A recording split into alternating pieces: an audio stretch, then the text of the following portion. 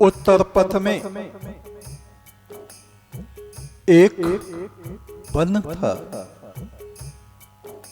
वहां बहुत से कबूतर झुंड बना के रहते थे। उन कबूतरों में इसका कबूतर के रूप में जन्म हुआ था। इधर उधर उड़ता फिरता इसका पिता इसको समझाता, कपोत कम खाया कर, कम घूमा कर, बहुत अधिक खाना, बहुत अधिक विचरण करना, बहुत ऊपर तक उड़ान बढ़ना पक्षियों के लिए हानिकारक होता है। पर सुनता कौन है, मानता कौन है? कुछ अपने मित्र कबूतरों के साथ ये वहां से कुछ दूर एक द्वीप था, वहां पहुंचा। आम के बाग थे, वहां आम का रस इसने पिया, खूब पिया। एक छोटा सा आम अपने पिता के लिए लाया। पिता ने कहा, यदि मैं पहचानने में गलती नहीं कर रहा तो ये उस पार के द्वीप का आम है। उसने कहा, हाँ। कहा, उस द्वीप के आम हम पक्षियों के लिए हमेशा हानिप्रद होते हैं। पुत्र, वहां मत जाना और न वहां के आम के रस को पीना।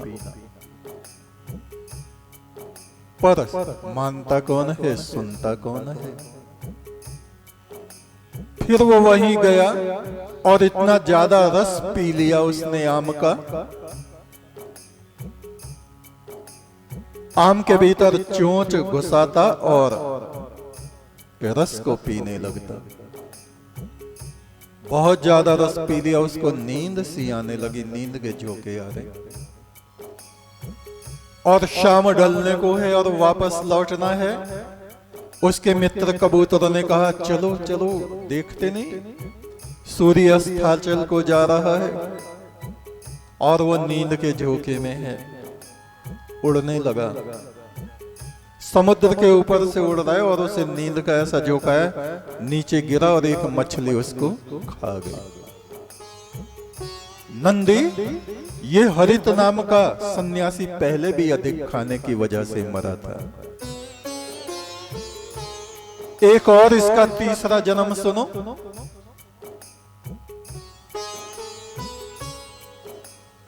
दक्षिण पथ में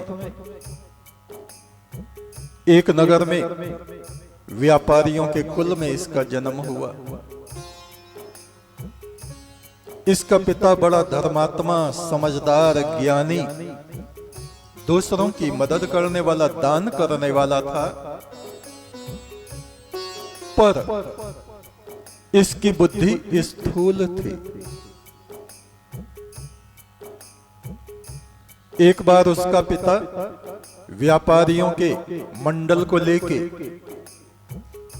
ऐसे स्थान पर गया जहां दूर दूर तक पानी नहीं था।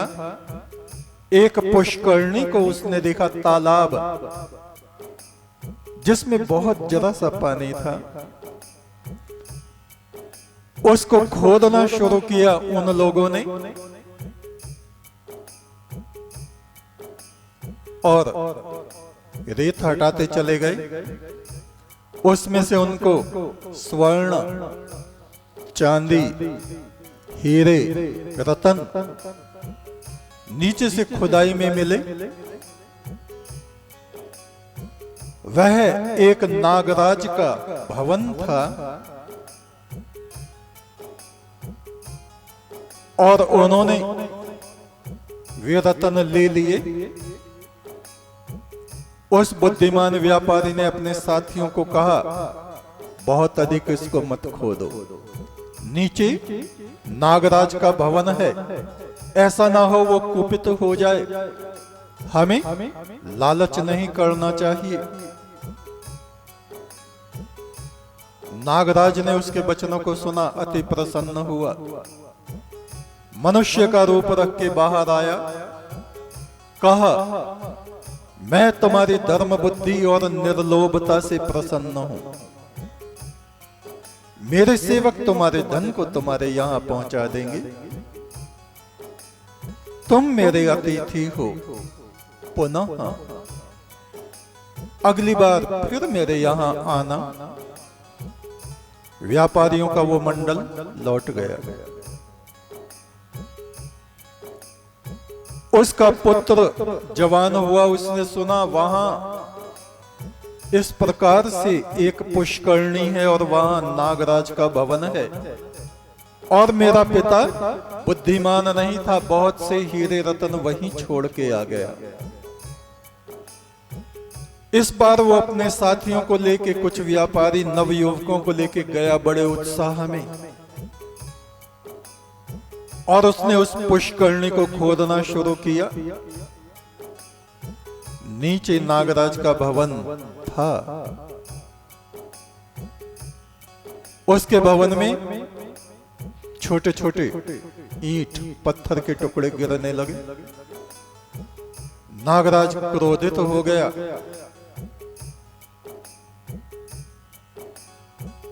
बाहर निकल के आया, कहा, तुम लोग कौन हो? कहा, हम व्यापारी हैं, दक्षिण पथ से आए हैं। कहा, तुम लोग बड़े लालची हो। दक्षिण पथ से पहले एक धर्मात्मा व्यापारी मेरे पास आया था, वो मेरा मित्र बन गया था। वह दान करने वाला, निर्लोभी, थोड़े में संतुष्ट होने वाला था। तुम अतिवादी हो। तुम इस वन को पार नहीं कर पाओगे। जाओ, ये सब रत्न ले जाओ, लेकिन इन रत्नों को तुम अपने भवन तक नहीं ले जा पाओगे। वे व्यापारी घबरा गए, डर गए और वापस जाने लगे। थोड़ी दूर ही चले थे कि भयंकर नागों ने उनको घेर लिया। उनके फुंकारों से वे व्यापारी काले पड़ गए, अग्नि में जलने लगे और वहीं पर भस्म हो गए। शिव ने कहा, इसका तीसरा पिछला जन्म ऐसा था। जो अति लोभ करता है, चाहे खाने पीने का लोभ हो, धन संपदा का लोभ हो, वो मनुष्य धीरे धीरे विनाश की तरफ को पग बढ़ाता है। सामवेद के ऋषि कहते हैं, त्वम अग्ने यज्ञ नाम होता। हे प्रभु, ये सारा जगत तूने यज्ञ की तरह रचा है, और तू किसी से कुछ लेता नहीं, देता ही देता रहता है, देता रहता है, देता रहता है। त्वम अग्ने यज्ञ नाम होता, विश्वेशाम हितः देवेभिर् मानुषे जने। हे सबके आगे आगे चलने वाले प्रभु, तू जगत का कल्याण करता है। तू निर्लोभ है, निर्वैर है, किसी से तेरा बैर नहीं। आराधना, तप, पुण्य कर्मों से, निर्लोभता से, ज्ञान की दीप्ति से मनुष्य तुझे अपनी आत्मा में साक्षात करते हैं। त्वम अग्ने यज्ञ नाम होता, विश्वेशाम हितः त्वम अग्ने यज्ञा नाम होता विश्वेशाम हितः देवेभिर मनुष्ये जने देवेभिर मनुष्ये जने देवेभिर मनुष्ये जने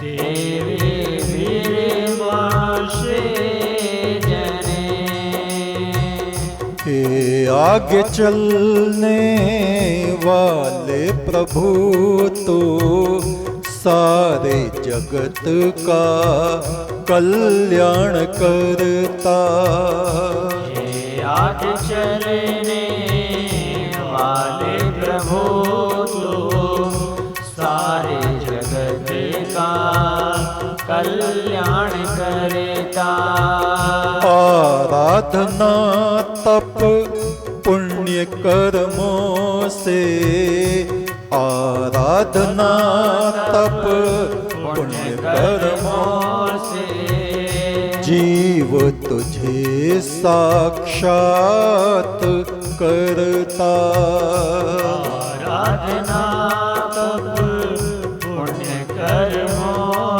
से जीव तुझे साक्षात करता दिल मेरा चमन चमन खुशबुओं के साए दिल मेरा चमन चमन खुशबुओं के साए गाता है कोई साम वेद की ऋचाएं गाता है कोई साम वेद की ऋचाएं चांदनी रातों में नींद न आए चांदनी रातों में नींद न आए गाता है कोई साम वेद की ऋचाएं गाता है कोई साम वेद की ऋचाएं दिल मेरा चमन चमन चमन चमन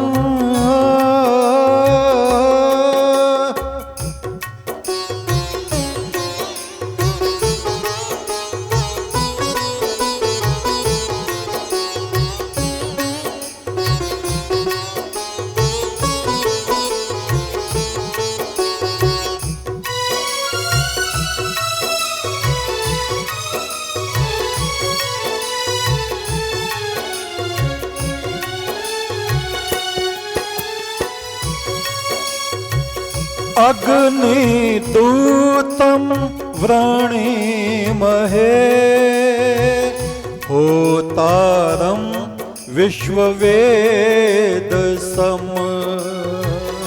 अग्नि दूतम व्रणीमहे होतारम विश्ववेद सम अस्य यज्ञस्य सुक्रतुम् अस्य यज्ञस्य सुक्रतुम् अस्य यज्ञस्य सुक्रतुम् अस्य यज्ञस्य सुक्रतुम् हमारे वैदिक ऋषियों ने संसार में दो प्रकार के मनुष्यों का वर्णन किया है, तरण पाणी और रतन पाणी। पाणी माने हाथ। वे मनुष्य जो तिनके चुगते फिरते हैं पूरे जीवन भर, और वे मनुष्य जो रतन सच्चे मोती इनको चुगते हैं। संसार के जितनी संपदाएं हैं उन सब की भी हमें आवश्यकता जरूर पड़ती है। अन्न है, धन है, घर है, वैभव है, ऐश्वर्य है। इसके लिए परमात्मा किसी को मना नहीं करता। वो ये नहीं कहता कि तुम दरिद्री बनकर कटोरा हाथ में लेके भीख मांगते फिरो, बिल्कुल नहीं। संसार में रहते हुए 100 हाथों से कमाओ, 1000 हाथों से दूसरों की मदद करो, दान दो। निकम्मे होके मत बैठो, आलसी होके मत बैठो, कंजूस मत बनो। आलसी, निकम्मा, कंजूस व्यक्ति कभी भी सौभाग्य को प्राप्त नहीं करता। और परमात्मा कहता है ये धन, ये संपदाएं किसकी हैं? किसी की नहीं, परमात्मा की। सब इनको छूते हैं, इधर से उठा के इधर रख दिया, व्यापारियों को दे दिया, उनसे कुछ और ले आए। जौहरी ने उठाया, राजा के मुकुट में लगा दिया हीरा रतन। उस राजा के बाद दूसरे किसी राजा ने उस मुकुट को पहन लिया। कोहिनूर हमारे देश का प्रसिद्ध रतन महाराजा रणजीत सिंह को मिला, और आज पता नहीं कहां है, ब्रिटेन में या कहां। ये भौतिक संपदाएं आज इस हाथ में, कल को दूसरे के हाथ में, फिर तीसरे के हाथ में, और इन्हीं पे युद्ध बज जाते हैं, लड़ाइयां बज जाती हैं, तहस नहस हो जाता है, और ये यहीं पड़े रहते हैं। इंसान शरीर छोड़ छोड़ के कौवों की तरह, कबूतरों की तरह, हंसों की तरह परलोक में उड़ जाते हैं। ये हैं तृणपाणी लोग जो अपने हाथों में तिनके चुगते रहे, तिनके चुगते रहे, जो चुगा उसको यहीं छोड़ गए। और रतन पाणी, रतन, वास्तविक रतन क्या है? हृदय की शांति, दूसरों का सम्मान करना, विनम्रता पूर्वक वृद्धों की सेवा, बीमारों की सेवा, प्रत्येक मनुष्य के प्रति सद्भाव, ईश्वर आराधना, उस परम ब्रह्म का गुणगान, ये है वास्तविक रतन। वह ईश्वरीय शांति जिसको हम अपनी आत्मा में रत्नों के प्रकाश की तरह भर के उस परम ब्रह्म के सामने ले जाके उसको अर्पित करते हैं।